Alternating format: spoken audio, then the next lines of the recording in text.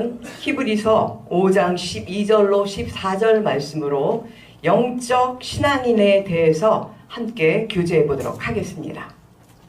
하나님은 우리를 세상과 구별하셨죠. 그러나 우리의 믿음의 척도와 영성의 차이에 따라서 하나님은 우리를 각자 개개인을 측량하십니다. 하나님의 말씀에 기준하여서 하나님께서는 우리를 측량하고 계시다는 것이죠. 십자가에 믿음이 있는가, 선악을 분별하는 영적 신앙인이 되었는가, 공의의 말씀에 빗대어서 하나님께서는 우리를 측량하십니다. 오늘 영적 신앙인이란 제목 안에서는 이제 에스겔서 40장에 바깥들과 안뜰이 나오고 지성소가 나오죠. 그러면 바깥뜰에는 과연 누가 있고 안뜰에는 누가 있으며 성소에 들어갈 사람은 누군가 한번 함께 교제해 보도록 하겠습니다. 에스겔서 40장 5절을 보게 되면 바깥들이 나오는데 세상에 속한 자라고 말씀하고 있죠. 계시록 11장 1절을 보게 되면 바깥들에 있는 자들은 하나님께서 훈련하도록 고난을 받도록 허락하신 장소라는 것이죠. 하나님의 성전과 제단과 그 안에서 경배하는 자들은 청량하되 성전 밖 마당은 청량하지 말라고 하나님께서 명령하셨습니다. 이것을 이방인에게 주었은즉 이방인에게 1260일 동안 42달 동안 한때 두때 반때 동안을 짓밟히라고 하나님께서 허락하셨다는 것이죠. 그래서 바깥들에 있는 자들은 믿음의 진보에 따라서 7계단을 올라가야만 안뜰로 들어갈 수 있습니다. 그러므로 바깥들에서 훈련받는 자들은 하나님의 보호를 받을 수가 없습니다. 이제 예수 그리스도와 영접되어서 거듭난 자들만 안뜰로 들어갈 수 있는데 안뜰에 있는 자들은 물두멍의 말씀 앞에서 이제 회개도 하고 또 번제단 앞에서 자신을 태워서 자기를 죽이는 그런 회개도 하죠. 그리고 육신의 그 헌신도 많이 하면서 또 금식도 하는 그런 믿음에 자라는 것입니다. 그래서 은사도 많이 나타나죠. 영안이 열리고 영음이 열려서 이제 영적인 그런 소리와 그런 것들, 영적인 것들도 보게 되는데, 그러나 고린도전서 3장 1절을 보게 되면 사도 바울은 그런 자들이 영적 젖먹이 신앙이라고 합니다. 왜냐하면 그들은 아직도 육적인 것이 남아있어서 시기와 분쟁이 있고 다툼이 있으며 육적인 눈으로 사람을 보고 정죄하고 판단한다는 것이죠. 그런 자들은 육신에 속한 자로서 이제 젖먹이 신앙이라는 것입니다. 그래서 히브리서 5장을 보게 되면 12절과 14절을 보게 되면 대저 젖을 먹는 자마다 어린아이니 의의 말씀을 경험하지 못한 자요 단단한 식물은 장성한 자의 것이니 저희는 지각을 사용함으로 연단을 받아 선악을 분별하는 자라고 했습니다.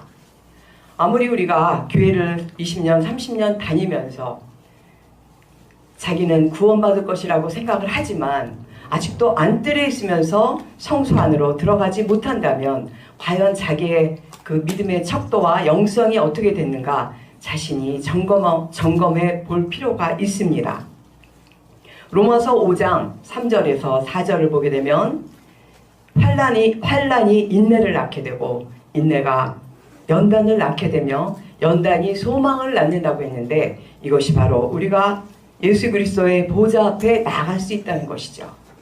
그리고 베드로후서 1장 5절로 7절을 보게 되면 믿음의 덕의 지식을, 지식의 절제의 인내의 경건의 형제 우애를, 그리고 사랑을 공급하라고 말씀하고 계십니다. 이렇듯 에스겔서 40장을 보게 되면 안뜰에는 제사장들의 방이 있다고 하는데 지금 이 시대의 영적 지도자들도 안뜰에만 갇혀있는 자들이 많다는 것이죠. 그렇다면 우리가 어떻게 지성소로 들어갈 수 있을까요? 예수 그리스도께 이제 유대인들이 표적을 구해달라고 얘기했을 때 예수님께서 나는 요나의 표적밖에는 너희들에게 말할 것이 없다라고 하시죠. 그렇다면 요나의 표적이 무엇입니까? 요나가 불순종을 하며 물고기 뱃속에서 3일 동안 회개를 하고 육적 자아를 죽이게 되면서 회개를 하고 순종하는 자가 되자 하나님께서 살리시면서 이제 하나님의 일을 시키십니다. 그것은 바로 십자가 사건을 의미하는 것인데 육적 자아가 죽고 사흘 만에 영의 사람이 되라고 예수님께서 그 요나의 표적을 말씀하고 계신 것이죠. 예수님 또한 어떻습니까? 우리의 모든 죄를 다 안으시고 이제 죽으셨다가 사흘 만에 부활하시고 이제 40일 만에 승천하시지 않았습니까?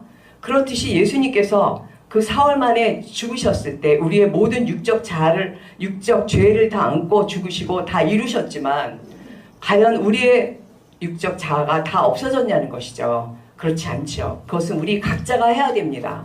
내 육적 자아가 죽고 영의 사람이 되어야만 우리는 성소 안으로 들어갈 수 있다는 것입니다. 이제 갈라디아서 2장 20절을 보게 되면 십자가에 우리는 못을 박았다고 하죠. 그것이 바로 말씀의 심판을 받아서 나의 육적 자아가 죽어야만 우리가 십자가에 못을 박는 것이 됩니다. 말씀의 심판이 무엇입니까? 말씀이 검이 되고 말씀이 불이 되어서 나의 모든 악하고 더러운 것들을 찌르고 쪼개고 말씀의 불이 성령의 불 아닙니까? 성령의 불로 어두움을 태워서 그 안에 말씀으로 채우게 될 때만이 우리가 성숙된 영적 신앙인이 될 수 있다는 것이죠. 말로는 그렇게 하면서도 과연 우리가 영적 신앙인으로 살아갈 수 있는가? 그것은 하나님만 아시고 본인은 모르더라도 이제 말씀의 나를 비춰 봤을 때 말씀 안에 이제 그 측량할 수 있는 척도가 있다는 것입니다.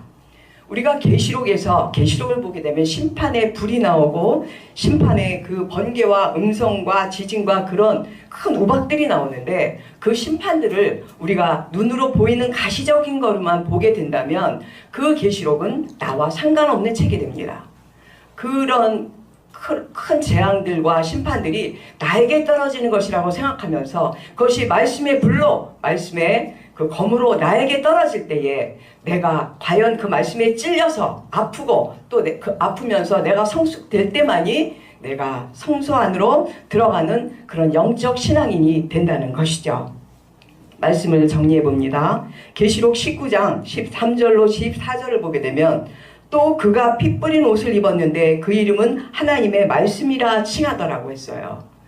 이제 계시록에서도 결론이 하나님의 말씀밖에 없다는 것이죠. 우리는 하나님의 말씀으로만 우리가 성숙될 수 있고 하나님의 말씀 안에서만 변화되는데 요즘은 너무나 누룩이 섞이고 너무나 자기 의의가 들어간 거짓 선지자들의 말이 많다는 것입니다. 오직 성경에 있는 이 말씀만 해야 되는데 자기 의의가 들어가고 세상 계명이 들어가고 이 땅에서 잘 살게 되는 그런 말만 들어간다면 그가 바로 거짓 선지자며 이 시대의 마지막 적 그리스도라는 것을 우리가 깨닫고 과연 내가 그렇다면 지금 이 순간이라도 회개하며 주님의 말씀대로 살아가는 저와 여러분이 되시길 주님의 이름으로 축원드립니다. 감사합니다.